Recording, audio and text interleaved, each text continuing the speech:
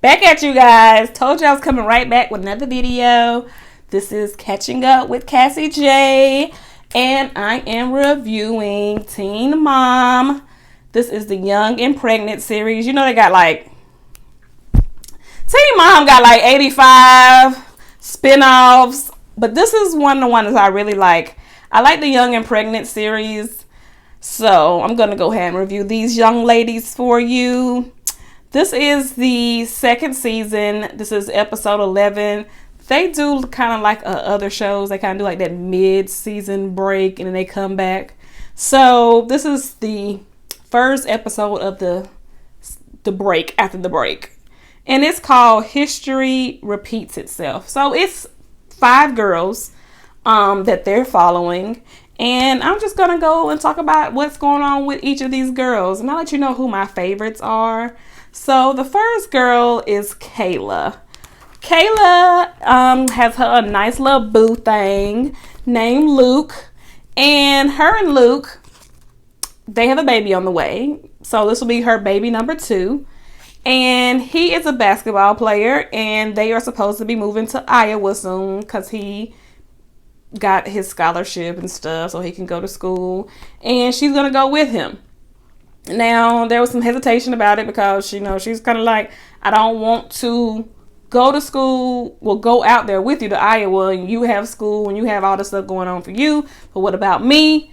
But nonetheless, she's going to go because she wants to have this family with him and she's in love with him and she thinks that they can really build and he's telling her all the right things and showing her that he's really committed to her and her first son, who is Isaiah. And I really hope that that works out for her because I would hate for her to end up with 2 babies and 2 daddies and be a single mom.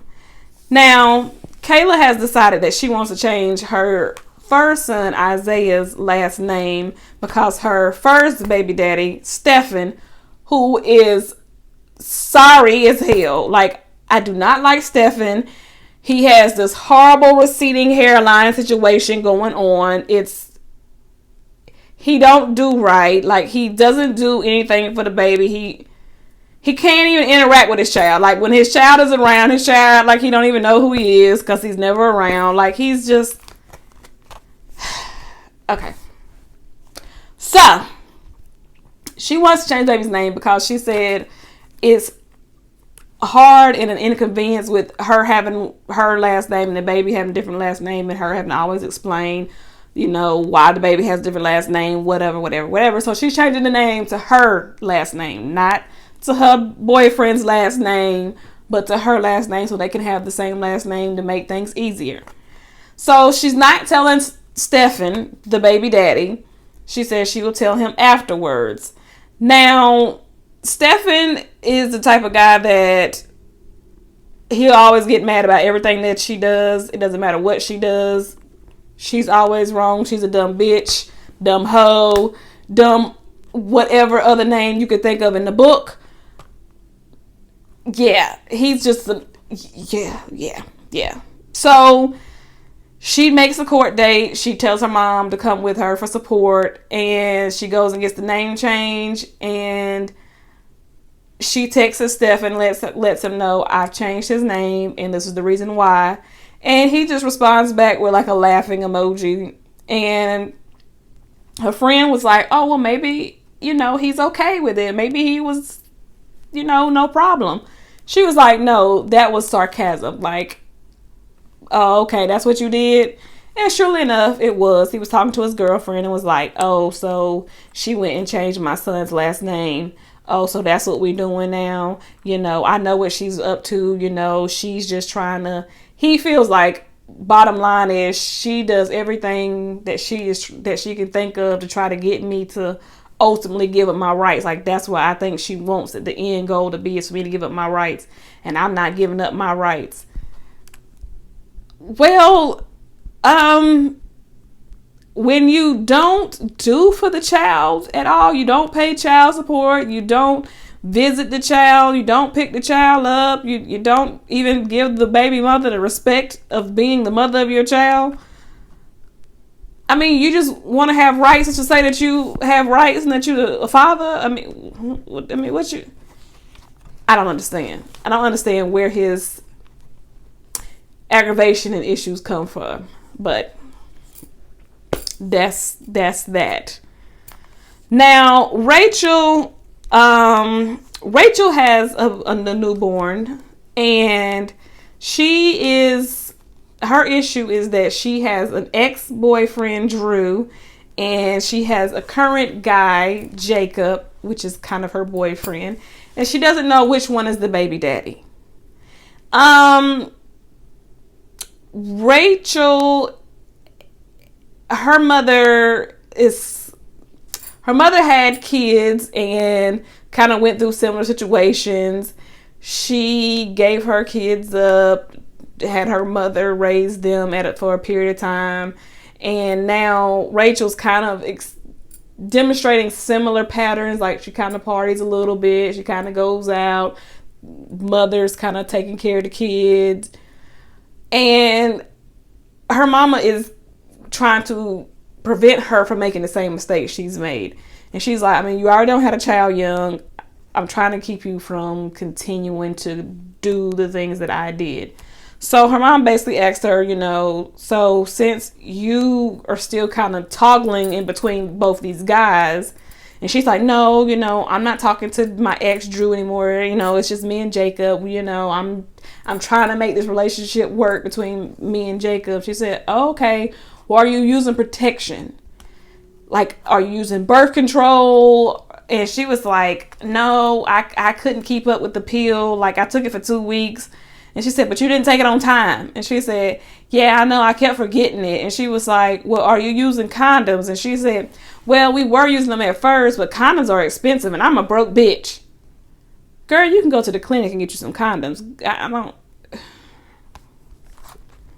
Girl, go get you some condoms from the clinic and stop playing. Like, there's no excuse that you don't use protection. So her mom then said, well, I'll make you an appointment and we'll just take you to the doctor and get you an IUD.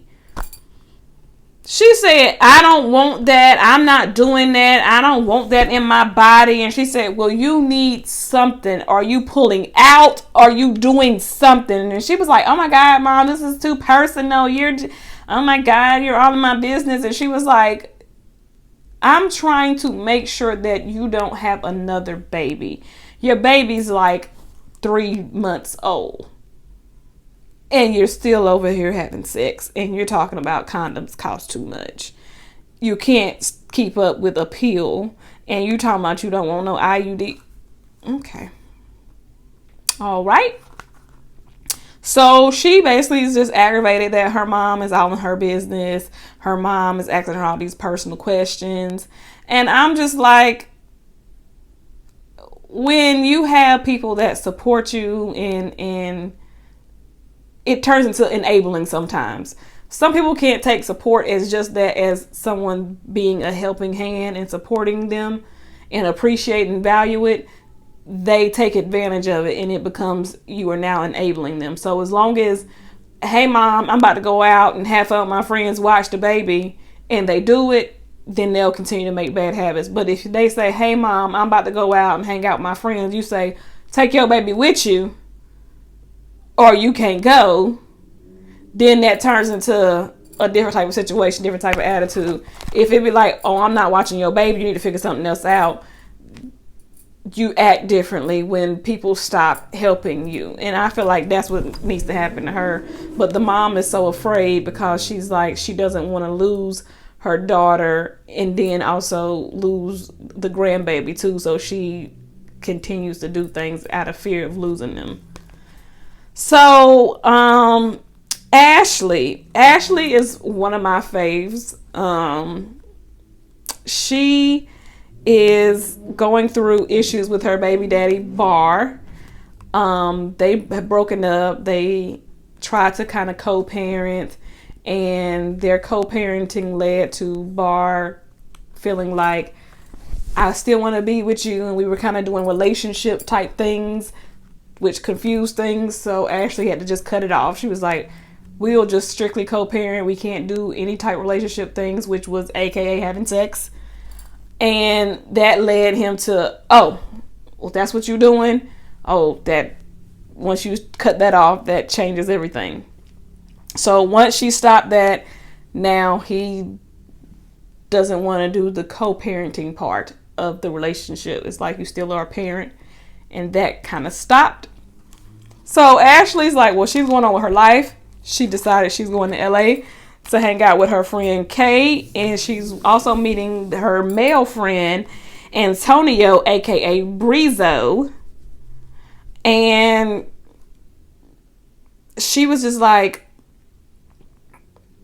she just wished that Bar would stop with all the negative things. Like he texts her, calls her, sends her hateful messages. She just wants it. She wants them to be able to coexist peacefully. And while she's out in LA, you know, her and Brizo, they're talking and they're taking pictures, they're hanging out, putting things up on Instagram and all that stuff. And of course, Bar sees it and he posts a message and he's saying how Ashley was never loyal from the beginning. You can't call her all kind of hoes and stuff. And Ashley decided to take the pictures down because she was just like, she didn't want to cause no issues. But, you know, it was too late. He'd already seen the picture. He don't screenshot it and everything. And so Kay and Ashley and Brizo was out having a lunch and a drink. And he asked her, why did she take the picture down? And she was just like, you know, it's don't cause enough issues. And that's just not what I want to do. And he said, well, I'm sure he's seen it, referring to Bar. And she was like, yeah, he's seen it. He took a screenshot of it. And the way he's responding, when I'm saying he, I'm referring to Brizo. It's like almost kind of like you want to be messy, like you want to cause problems, like you were happy that Bar was upset and responded that way. I didn't like that. Like I wish he, to me, I feel like you're enjoying the drama of it. And that concerns me because I wouldn't want, if I was in a situation, I want the guy that I'm, even though we're just friends, because I'm not trying to get in a relationship, as Ashley has said, I'm not trying to get in a relationship. I would just want you to be like, you know, I seen what he said. I didn't think that was cool. You know, are you all right? You good? Yeah. You know, just let that go. Just continue to live your life. Have fun. You know, don't let him stop you from having fun, having a good life. Don't add into it. Don't make a joke about it. Like, don't give it no more life. You know, why I take it down? I mean, you know why I took it down. You know, he said, oh, did somebody see it? Somebody where we get drinks from, meaning a bar. Like, it was, that's just me. Like, I just feel like it was, yeah, I just didn't like it. So, Ashley's friends, Kay, was like, so what's going on? Oh, before I go to that, Brizo asked her when she was going to be leaving LA, like when she was going to be leaving and how soon he was going to see her again. She was like, you know, I don't know when I leave, you know, that's when I'm gone and I'll see you when I see you. Don't be trying to hit me up. Don't be doing all that. We'll talk when we talk. He was like, oh, don't worry. You know, I'll be at your mama's house and all that stuff. So that's when I was like, okay, yeah, he's trying to have something that he's trying to have more than what you want. And if you're not wanting that, you're going to need to establish this real quick with him because I can see that he's trying to develop a relationship and that's not where you are in life. You need to tell him real quick because he's talking about he trying to come to your mama's house and be on your mama's couch waiting for you when you get home. So that's when her friend asked her later on, so what's going on with you guys? So where do you see you two? And she was like, you know, he's cool and I enjoy hanging out with him and all that. She said, but you know, I don't been in these long-term relationships, you know, back to back. I'm not ready to be anybody's girlfriend. I'm not ready to be in any long-term relationship. I just want to have fun. And her friend was like, okay, and there's nothing wrong with that. And there isn't. It's not nothing wrong with that. You want time to yourself, you should take the time to yourself, but you got to make sure that everybody's on the same page. Now, there's another girl, Brianna, and her son is missing a limb. But that baby still be getting around with just that one arm and that other limb. I love that little baby, little Bryson. He's just cute. Now the mama, she has some issues, but that was what she was talking about. She did not have health insurance, and because of that, she had gotten a very large bill because she ended up having to go to the hospital. But she now has health insurance, and that was something she was talking to her grandmother about. And the health insurance is gonna like back pay that bill, so that was something she was no longer stressed about. And she is going to start going to therapy because she does realize that there's a lot that she has to work through. And I was happy to hear that. I believe in therapy. I believe everybody should be able to have access to therapy. Unfortunately, it's not the case, but I think that everybody can benefit from therapy at some point in their life. So her mom was trying to get her to start dating, getting out, making new friends, period. And she said that she was just hesitant about dating, and I think that was part of something that she was going to go and talk to her therapist about, because she said she just experienced like anxiety at the thought of going on a date, because she's from her past relationships, they've been bad. So that's something she was talking to the therapist about, something that she's trying to work through. And I hope that it works out for her, because, you know, eventually you do have to move on. You can't stay stuck in the past. Past hurts. So, the last girl, and I have grown to like her. She's one of the new ones. She just came last season. And that is Kaya. And Kaya is, I will say Kaya, I'm not going to define Kaya. I was getting ready to define, I'm not going to define Kaya. Kaya has a girlfriend, but she has a baby, so clearly she was in a relationship with a man at one point. But that's part of Kaya's issue, is the fact that she has a girlfriend and she has a baby. Her girlfriend struggles with the fact that she has a baby and she's been with a man. And Kaya's mom Tiffany calls the grandmother of the baby, the other grandmother, Carla, to try to do a sit down, because Kaya and Carla don't get along. They have actually darn near come to blows last season. Before the show started, they've had issues. Carla has wished the girl to die. Like it's a big mess. It's a lot of issues. And Kaya's just kind of like, I don't care nothing about that lady. I don't trust her. I'll believe it when I see that she's changed. I just don't trust her, don't like her, don't want her around, don't want to be around her, don't want her around my baby. But Carla agrees to do a sit down because she wants to see her grandchild. Like, she's like, I want to see her. So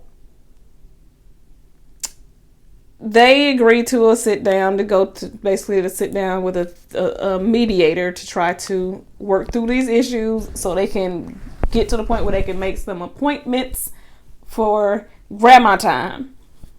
Now, before the meeting, Kaya and her mama and her girlfriend are sitting down having a lunch, kind of preparing her for this meeting. And her mom, Tiffany, tells her, you know, when you go in here with open mind, and maybe you should not bring up the past. Kaya was like, we have to bring up the past. That's the only way we're going to be able to move forward. Like, I need to know what was your issue with me, so that way that we can move forward, so I know what to not do, like what it was that made you so upset. Because if I don't know what it was, like, I can't move forward. Her girlfriend told her, listen, don't watch your body language, because you be real angry like with your body language. And she does. She comes off real aggressive sometimes in her body language. So Kaya and Carla finally go to mediation. They sit down. And Carla comes in just as Kaya expected. She comes in with this persona like, I am here, I am open, I have no issues with this young lady beside me. I just love her so much, and I just want to be a grandma. Kaya's not buying it, and so she already is on the fence. And she goes in to say, I love Kaya. She was like my baby in the beginning, and she knows how much I loved her. But, her and my son was doing some things that I did not like. And she knows that her son is in jail. That's why he's not in the picture. That's why she's meeting with the grandma in the first place. For those who don't know. So, Kaya's just kind of sitting in the chair like this. And she's talking. Grandma's like, okay, I love her, but her and my son was doing some things I didn't like. And once I found out that she was pregnant, then that's when I'm like, so y'all was having sex in my house. So yeah, I blame Kaya. That's what triggered her to get upset. Because she's like, so you hear what she said? She's blaming me for getting pregnant. Like, she's blaming me. She's saying I'm the one who was she couldn't have sex by herself. Your son was a part of it too. And I think that's what Kaya's issue is with the situation, is the fact that she keeps saying they was having sex in my house. She was having sex in my house. And she was like, yeah, I held her responsible for that because she was younger than them and she knew better and she knew that she wasn't supposed to be doing that. And she's like, but your son knew that he wasn't supposed to be doing that too. So it wasn't like I was the only one that was in there doing it. We did it together and we got pregnant. And she said it wasn't like I was trying to get pregnant. It happened.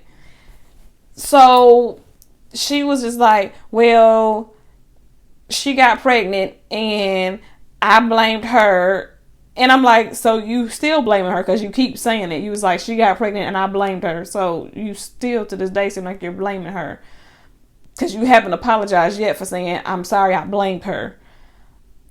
And I feel like that's what she's waiting for. She's waiting for her to apologize for blaming her for that back then.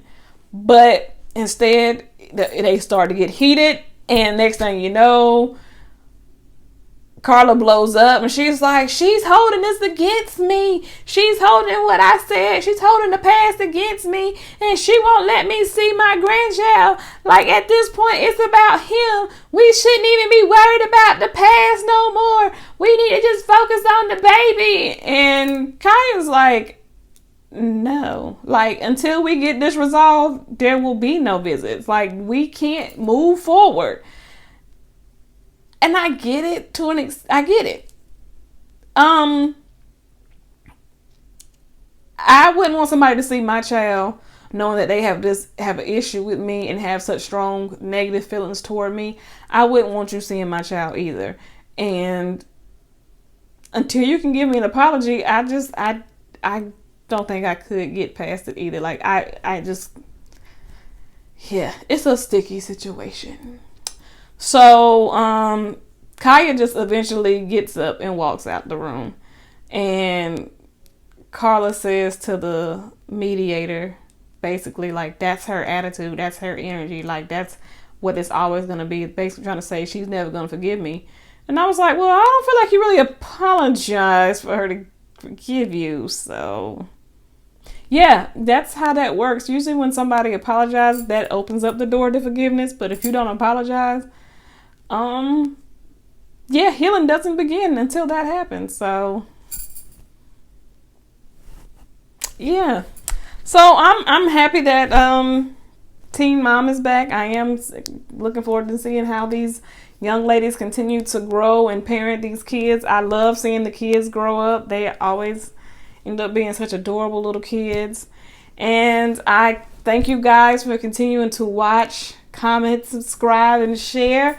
And I look forward to seeing you guys on the next video. Thank you. Bye-bye.